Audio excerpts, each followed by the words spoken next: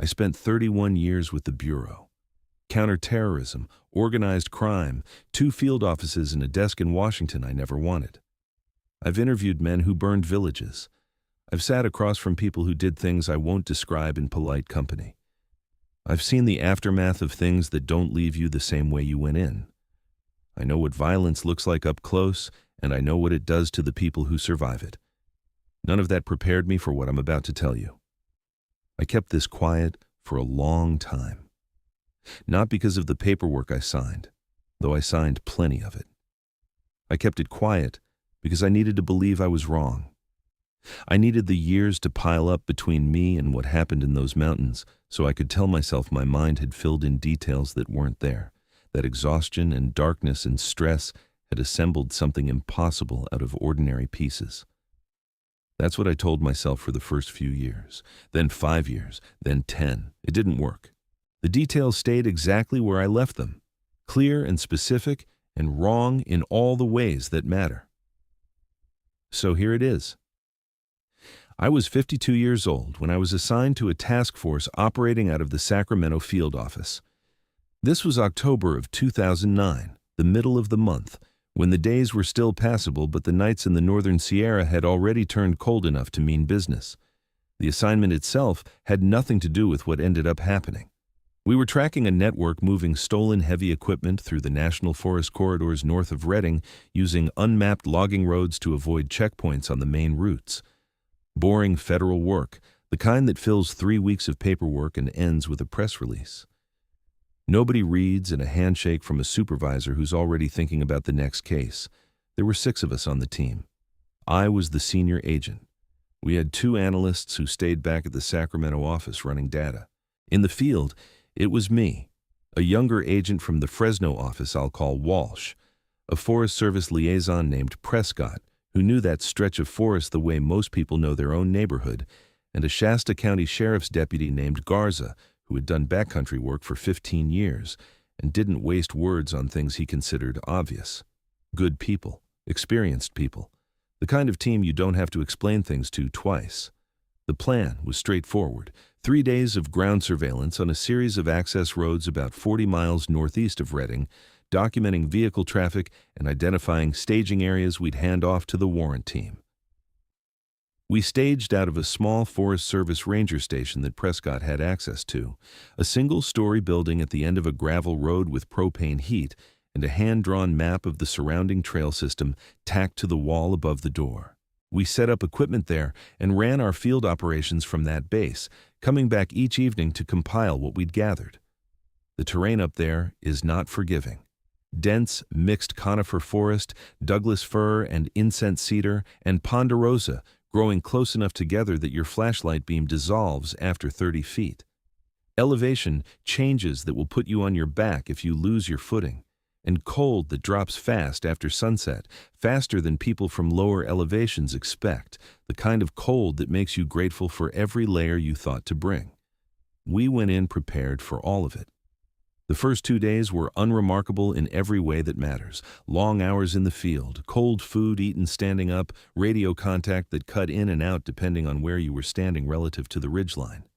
We documented traffic on 2 of the target roads and identified 3 sites we were confident about. The work was coming together the way good field work does when the team knows what it's doing. I remember feeling the particular satisfaction of a job running the way it's supposed to. I remember thinking we'd be back in Sacramento by midday on the 4th day, and that I'd spend the evening doing nothing in particular. On the morning of the 3rd day, Garza found the elk. He'd gone out before the rest of us were fully awake, maybe a quarter mile from the station, to check a trail camera the Forest Service had placed the previous spring to monitor wildlife movement through that corridor. He came back quieter than he'd left.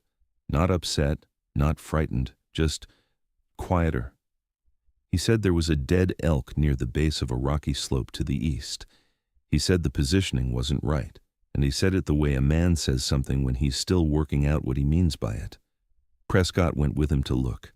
I followed because something in the way Garza had said it made me want to see it for myself. The elk was a mature bull, 600 pounds at least. It had been dead less than a day by the look of it. What stopped me when I first saw it wasn't the size or the smell, though both were considerable. It was the neck The neck was broken, not torn, not punctured, not the kind of wound you'd associate with a predator's teeth or claws.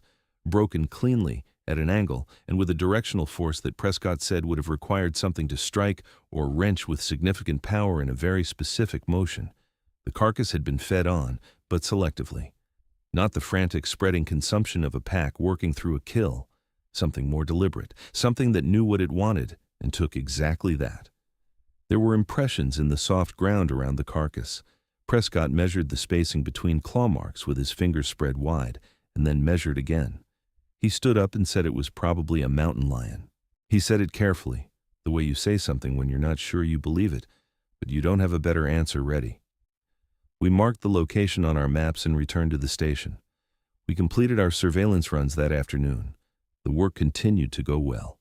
We had what we needed, and we were planning to pull out the following morning. That evening the wind shifted out of the northwest, and the temperature dropped faster than the forecast had suggested, 12 degrees inside of an hour. We ate inside the station. Walsh made coffee on the propane burner, and Garza complained about the elevation doing something unpleasant to his left knee, which had been giving him trouble since a training accident years before. The conversation was ordinary. I remember it as ordinary because I've gone back to it many times since, looking for something I should have noticed, some signal that the evening was not what it appeared to be. There wasn't one. It just looked like the end of a successful field operation. Around 9 o'clock, I stepped outside to check the equipment we had staged near the tree line before turning in. The clearing around the station was roughly 60 feet across. The forest started right at the edge of it, dense and dark, the kind of density that absorbs sound and light both. I stood in the clearing running through my mental checklist, confirming what needed to be secured before morning. The night was cold and clear. I could see a band of stars through the gap in the canopy overhead. That's when I noticed the quiet. It's the kind of thing that takes you a moment to name because it doesn't arrive with any announcement. The insects that had been going steadily since nightfall had stopped. The small movements in the brush at the forest's edge, the things you stop consciously hearing after a while but that your brain registers as background, had stopped as well. The wind was still moving through the upper branches, but at ground level there was nothing. Not a rustle, not a chirp, not the subtle, constant, small creature noise that a living forest produces even in the dark. I stood still and listened and understood without being able to say exactly why that something had changed. I went back inside. I didn't say anything immediately. I didn't want to alarm the team over what I was still telling myself might be nothing, a shift in conditions, a predator passing through that had quieted the surrounding area temporarily.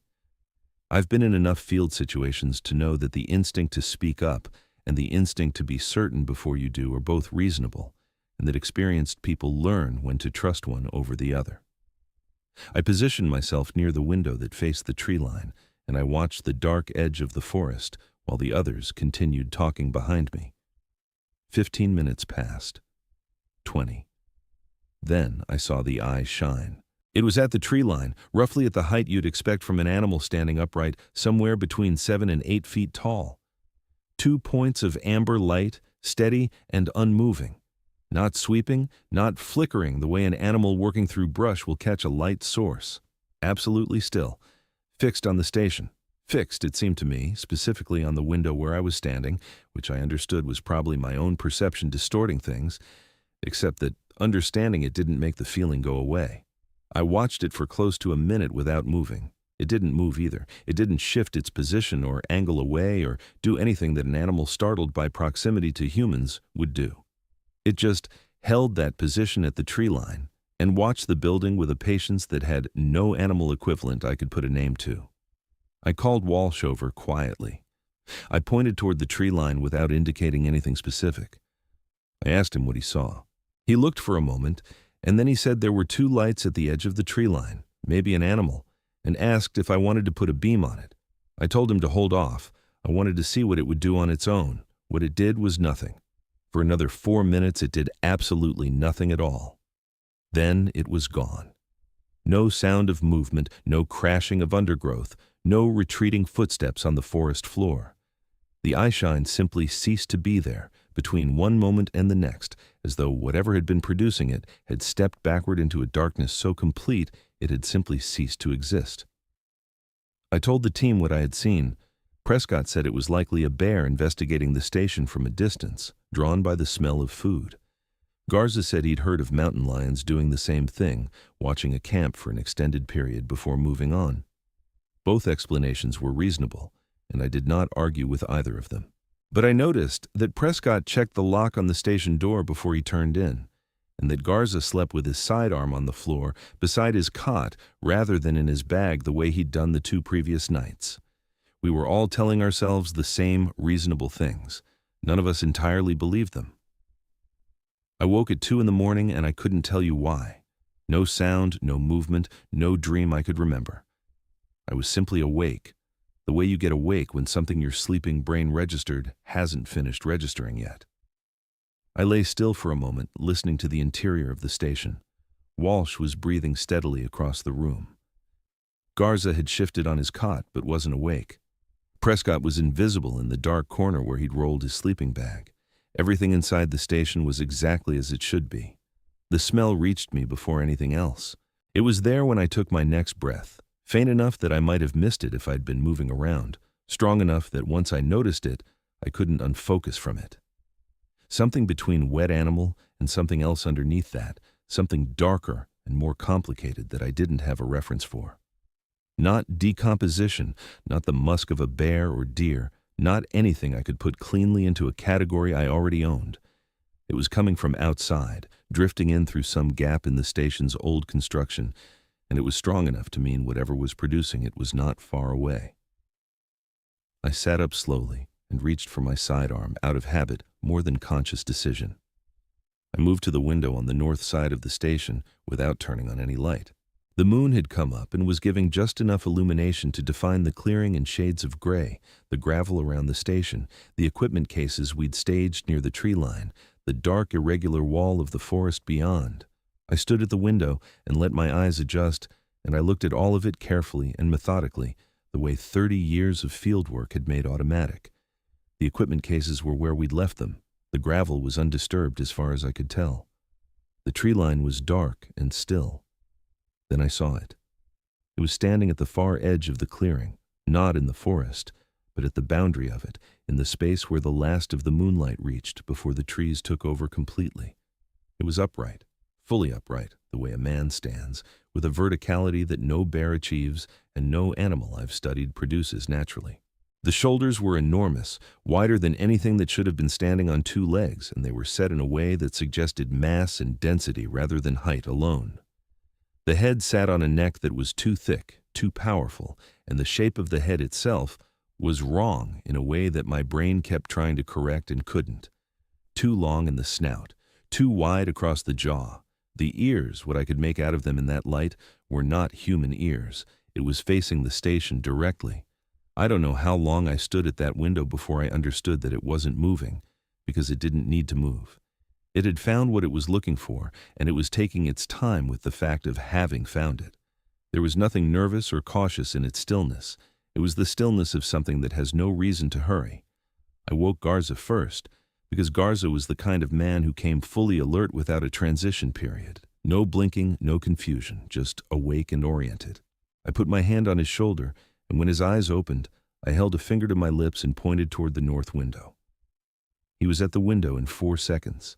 He stood there looking out for a long moment, and then he turned back to me with an expression I had never seen on his face before and have not seen since.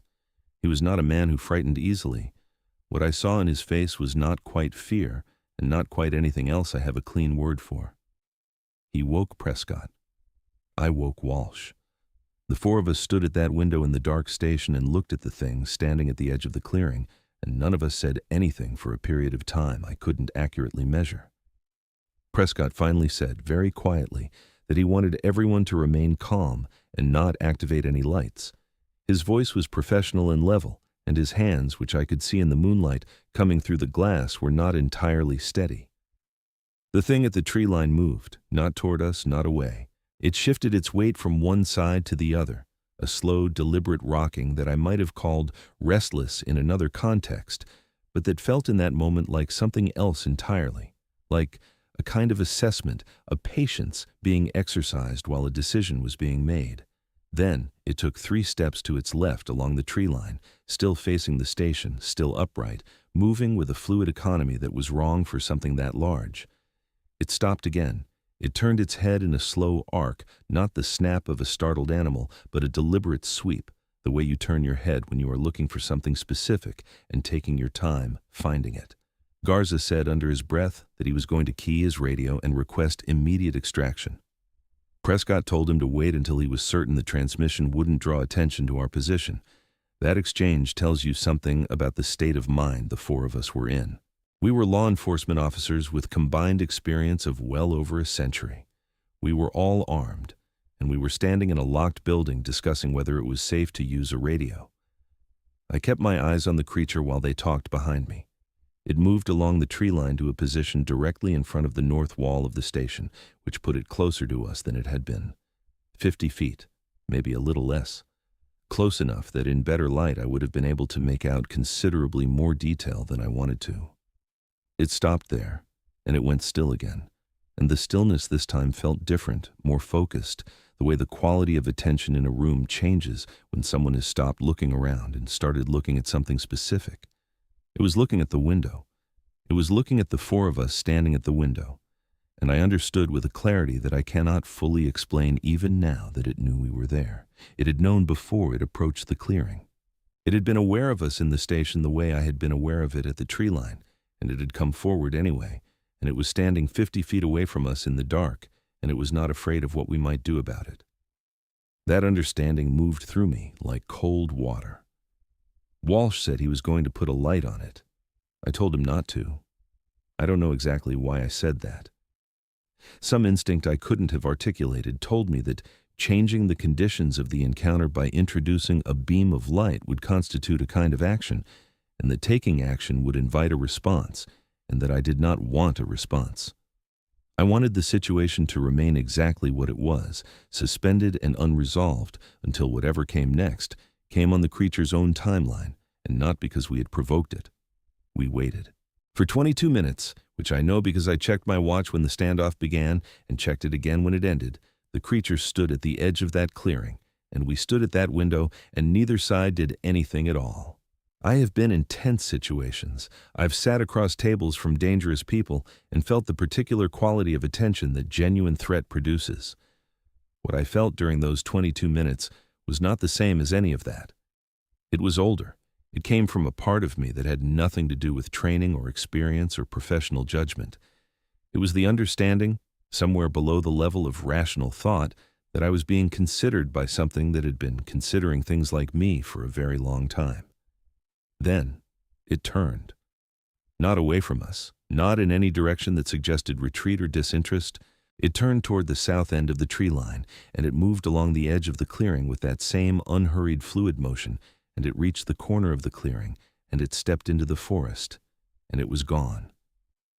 No sound of undergrowth displaced, no snap of branch or rustle of deadfall. One moment it was at the edge of the moonlight, and the next moment it was not. The 4 of us stood at that window for a long time after that without speaking. We left before first light.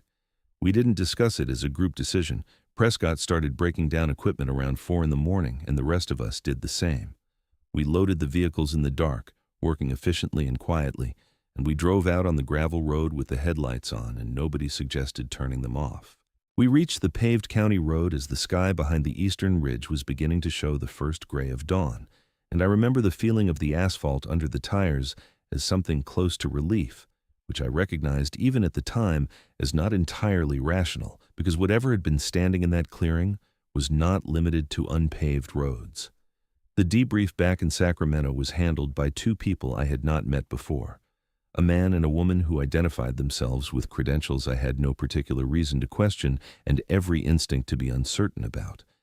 They asked detailed questions about what we had observed. They were interested in the specific measurements and positions and timing in a way that suggested they were not hearing this kind of report for the first time.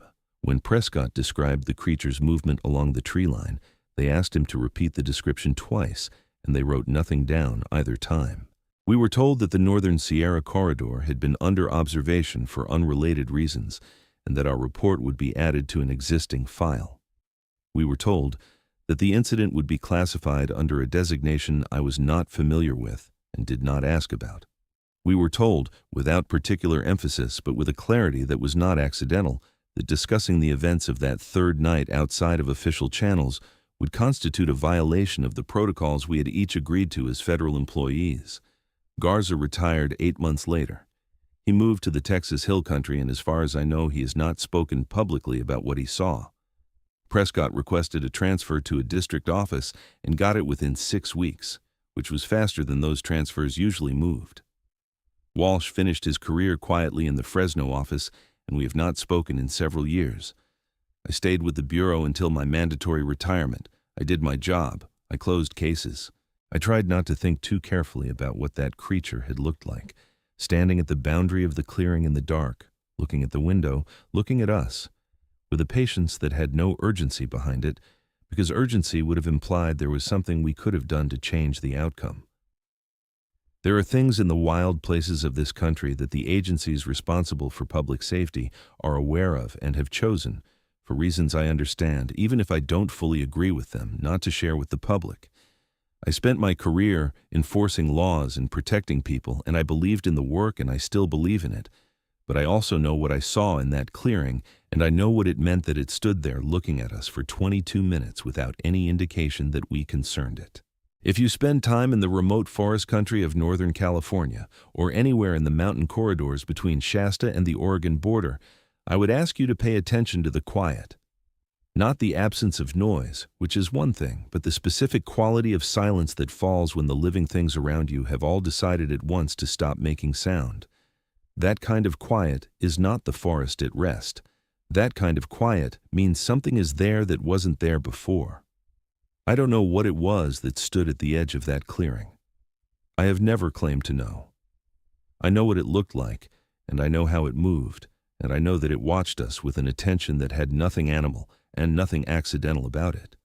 That knowledge has lived alongside everything else I know about the world for 15 years now, and I have made my peace with the fact that it is not going anywhere. Some things exist, whether we have a category for them or not. That forest knows it. The agencies that interviewed us know it, and now you do too.